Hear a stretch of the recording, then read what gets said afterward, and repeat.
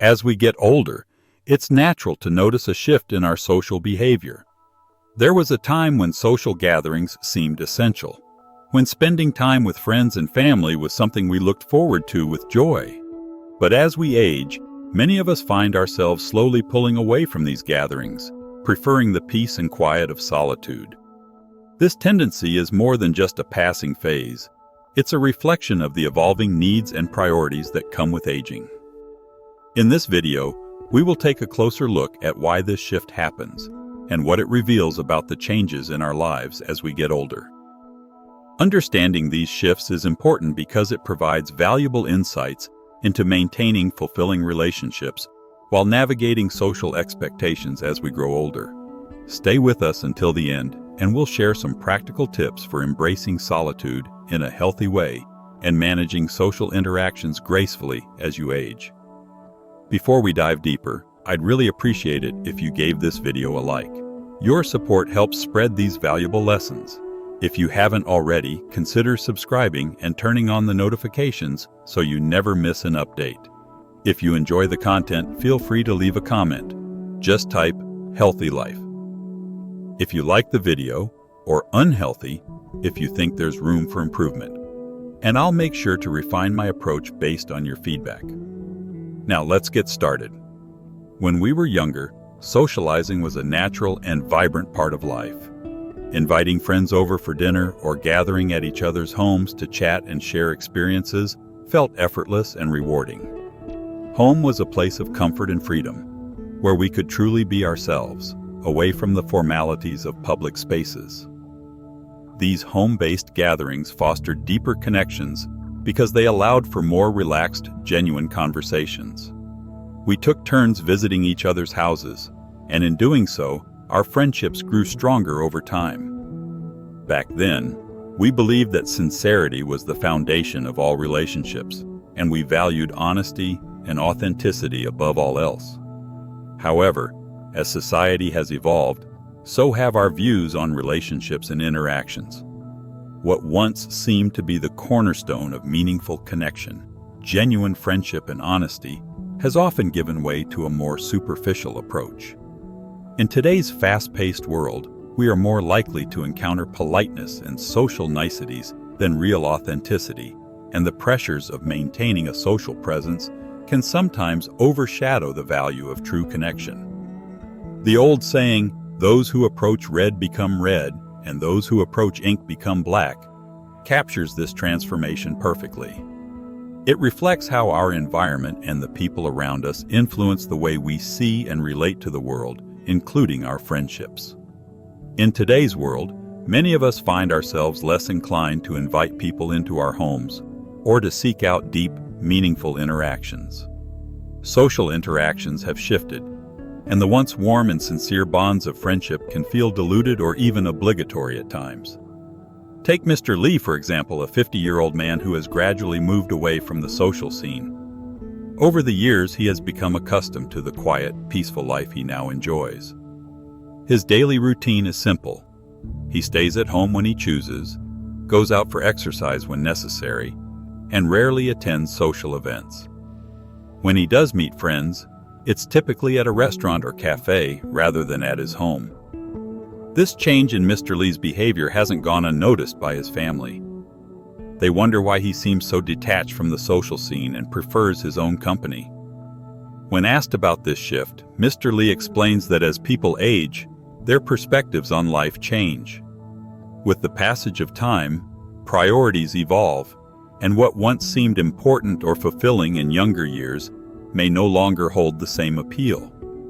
Now, he enjoys the simplicity of a quieter life. He finds contentment in solitary activities like sipping tea, tending to his garden, or fishing alone. These moments of solitude bring him a sense of peace and fulfillment that he no longer seeks from crowded social gatherings. Mr. Lee has also come to appreciate the value of spending time with his family. Though his circle of friends has grown smaller, he finds joy in the warm companionship of those closest to him. Over time, he has distanced himself from social engagements, realizing that many of the people who come in and out of his life aren't truly close friends. Rather than participating in superficial conversations or maintaining a busy social calendar, he now prefers to enjoy his own company and experience life at his own pace. This shift in social behavior is not uncommon among the elderly. As we grow older, we often develop our own rhythms and routines, and socializing can start to feel more like a chore than a pleasure. For many older adults, visiting others becomes less appealing as they get used to the comforts of home. The effort required to visit someone else's house, along with the potential for inconvenience, makes social calls less attractive. Home environments can be unpredictable. Furniture might not be as comfortable, or the atmosphere might not feel as familiar and relaxing as their own living space. As a result, older individuals often prefer staying in the comfort of their own homes, where they have full control over their surroundings and daily activities. There are several reasons why older adults may prefer solitude over socializing. For one, with age comes a deeper understanding of what truly matters. People often become more selective about how they spend their time and with whom. As friendships grow more distant, the desire to maintain superficial social ties diminishes. The value of time and peace becomes more apparent, and many elderly individuals find it easier to embrace solitude rather than invest in fleeting or shallow interactions. Another reason is that, over the years, the dynamics of friendship can change. What once seemed like a reliable support system can start to feel more like a formality. People move on with their lives, priorities shift, and maintaining friendships can become increasingly challenging. For those who have lived through many phases of life, the realization that true friendships are rare and sometimes fleeting can lead to a preference for a quieter existence. Ultimately, embracing solitude as we age can bring a sense of freedom and balance. It allows us to reflect on what matters most, enjoy our own company, and reconnect with our personal interests and passions. Though it may seem like we are retreating from the world, in reality, we are simply realigning our priorities and cultivating a sense of inner peace. As we grow older, the key to a fulfilling life lies in finding a balance between social interaction and personal space. By recognizing the value of solitude and adjusting our social expectations accordingly, we can continue to nurture meaningful relationships while also embracing the tranquility that comes with aging. Visiting others can sometimes be seen as an unwelcome intrusion. Each family has its own unique dynamics, and as people grow older, they may feel less able to represent their family or fully communicate its values. While a friend may extend an invitation out of courtesy or to maintain appearances, that doesn't necessarily mean their family will share the same sentiment. The visit could very well be viewed as a disruption to their normal routine, even if it is meant to be a simple social gathering. A good example of this comes from my Uncle Ma, who lives next door. He has often remarked that I can be somewhat inconsiderate without realizing it. There was one particular instance when I ran into a high school classmate in our neighborhood, and we discovered that we lived in the same area. It was a pleasant surprise, as I hadn't seen this friend in decades. Naturally, being in my 60s, I was thrilled to reconnect with someone from my past. As a result, my classmate extended an invitation for me and Uncle Ma to join him for a small meal and some drinks. If you're still finding these insights useful, leave a comment below. Just type "healthy life" to let me know you're following along with me. Now, Uncle Ma, who enjoys a good drink but doesn't have many companions to share it with, was especially pleased by this invitation. He looked forward to these visits with great enthusiasm and often brought along food and drinks to share. But over time, his classmate's wife began to look increasingly uncomfortable whenever he arrived. Despite the awkwardness, Uncle Ma brushed off the subtle signs and continued to visit his friend regularly, often bringing more food and drinks each time. Weeks went by, and Uncle Ma continued making these visits, until one day, during one of his frequent stops, his friend finally spoke up. He said, "Every weekend you come over to drink. My wife and children are beginning to feel like their daily life is being interrupted. They're concerned about how often this is happening. This comment took Uncle Ma by surprise. He had initially assumed that the invitation meant his presence was genuinely welcomed. He never considered that his regular visits might be causing discomfort. The realization hit him hard. In old age, it's common for people to fear a lack of activities or social interaction, and having someone to talk to often brings joy and relief. Many elderly individuals find comfort in the regular visits from neighbors or friends because it fills the void in their daily routines. However, frequent interactions can also create unintended tensions or misunderstandings, especially when boundaries aren't clearly communicated. For instance, consider Miss Wong, who lives above me. She tends to avoid visiting others, preferring to stay home and watch television shows. Her aversion to socializing stems from negative experiences with her daughter-in-law.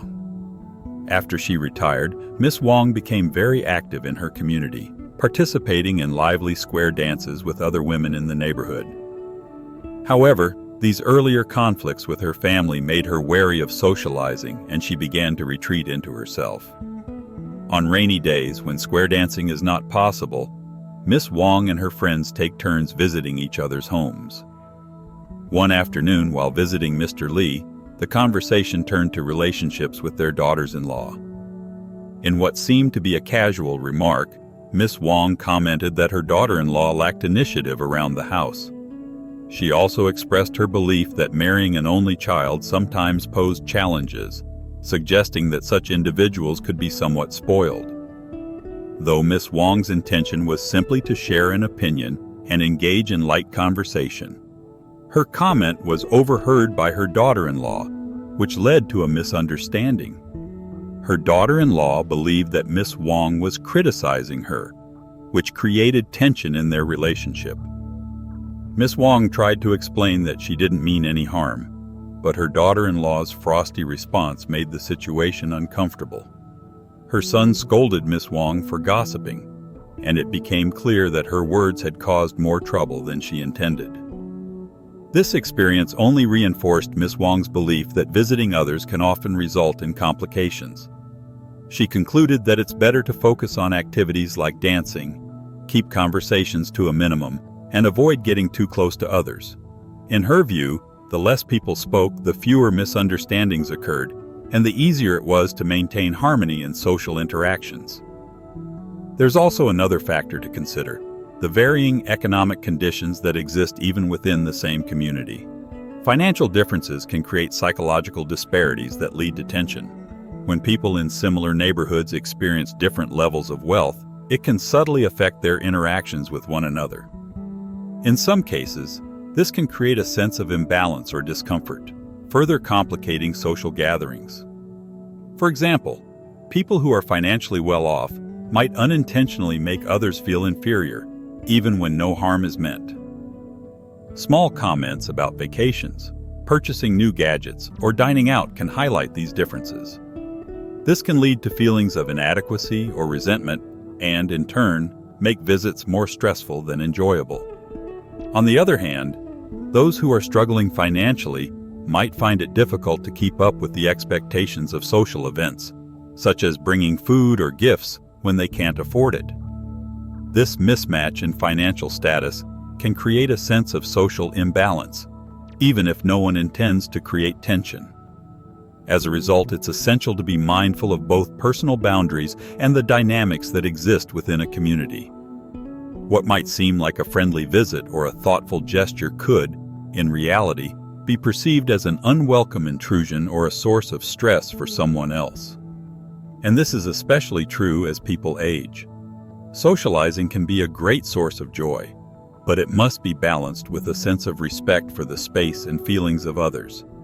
People may need to be more selective about how often they visit or how long they stay, ensuring that they are not overstaying their welcome or inadvertently causing discomfort.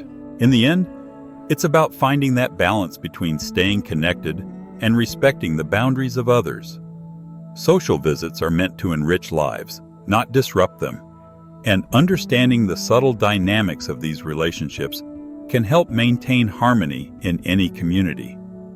Whether it's through being mindful of how often you visit or being aware of how your words might be perceived, it's important to consider the feelings of those around you. As much as we crave interaction and companionship in our later years, we also need to be sensitive to the needs and limits of others. When families from different economic backgrounds frequently interact, it can have a noticeable impact on their relationships. Often, the contrast between the wealthier and less affluent members can become clear. The more prosperous family may not mean to appear superior, but their lifestyle or behavior can unintentionally give off that impression. This can make the less fortunate family feel uncomfortable and lead to an emotional divide, sometimes even creating feelings of inadequacy or envy. These feelings are not just limited to younger generations. Even older family members may find themselves comparing their situations to others, which can put a strain on mental health. When such comparisons occur frequently, they can overshadow the joy of social gatherings and cause unnecessary emotional stress. This type of interaction, which should be a time for bonding, can instead become a source of frustration and discomfort. Living independently and maintaining a more peaceful lifestyle without constant visits from others might be a better option in some cases. By doing so, individuals avoid the emotional burdens that can come from socializing with families who have significant economic differences. Having the freedom to focus on one's own life can be a key factor in achieving greater happiness and satisfaction. This shift in social behavior becomes even more apparent during festive seasons. Traditionally, people would gather together to share greetings and celebrate. However, in today's fast-paced world, many people prefer to stay home, relax, and spend time on their phones rather than engaging in social visits. This is not necessarily a rejection of tradition, but rather a reflection of the exhaustion that comes with modern life. Social interactions may begin to feel meaningless when life is constantly rushing forward, and unless people find a way to slow down and reconnect with their hearts, the pressure to keep up with this pace may continue to drive them toward solitude. If you've made it this far in the video and find these insights valuable, please let me know by commenting "Let's win" below. It's interesting to note that many younger individuals may view solitude negatively, associating it with loneliness or social failure. They might feel insecure about not having a wide circle of friends, but this perspective often changes as they grow older. Over time, they come to understand that being alone doesn't have to mean being lonely. It can be a powerful opportunity for personal growth and self-reflection. As we navigate the complexities of life, we often find that the value of living for oneself becomes clearer. It's not about isolation, but about learning to appreciate one's own company and discovering the strength that comes from within. This realization can be empowering and liberating. As life grows more challenging, the appreciation for those we hold dear, family and close friends, becomes more profound. Our relationships with loved ones become more meaningful, and we begin to care less about superficial connections or external validation. When we reach old age, it is only natural to maintain close ties with a select group of friends and family. However, frequent visits to others' homes can sometimes become a source of unnecessary stress. The act of visiting, rather than being a joyful occasion, can start to feel like a burden. Hosting gatherings at home can add extra pressure, both physically and mentally, creating a stressful environment for everyone involved. Instead, choosing neutral locations for socializing can ease the strain. Meeting at a cafe or park, for example, can make the gathering more enjoyable for everyone, offering a relaxed atmosphere where people can engage in meaningful conversation without the added responsibilities of hosting. The goal is to find a balance where connections are made without the stress of managing a home or hosting duties. As we grow older, learning to be comfortable in solitude becomes even more significant. The passing of friends and loved ones can leave us feeling a profound sense of loss. Embracing solitude, however, is not about resigning ourselves to loneliness. It is about learning to find comfort within our own hearts and finding strength in our independence. This process of accepting solitude allows us to grow emotionally, equipping us with the resilience needed to face the inevitable challenges of aging. Solitude, when embraced with an open mind and heart, can serve as a source of inner peace. It becomes a refuge from the noise and complexities of life, providing the quiet space necessary for introspection and personal development. Through this, we gain the strength to adapt to the changes that life brings and navigate the aging process with grace. As we wrap up this discussion, take a moment to reflect on what we've talked about. How do you feel about the transition from socializing to solitude as we age? Has this new perspective on relationships and personal space changed the way you view your social interactions? I'd love to hear your thoughts in the comment section below. Please share one insight you've gained and how you plan to apply it in your own life. If you enjoyed this video, don't forget to leave a comment, like, and subscribe to our channel. Your support helps us create more valuable content just for you. Thanks so much for watching, and I look forward to seeing you in the next video.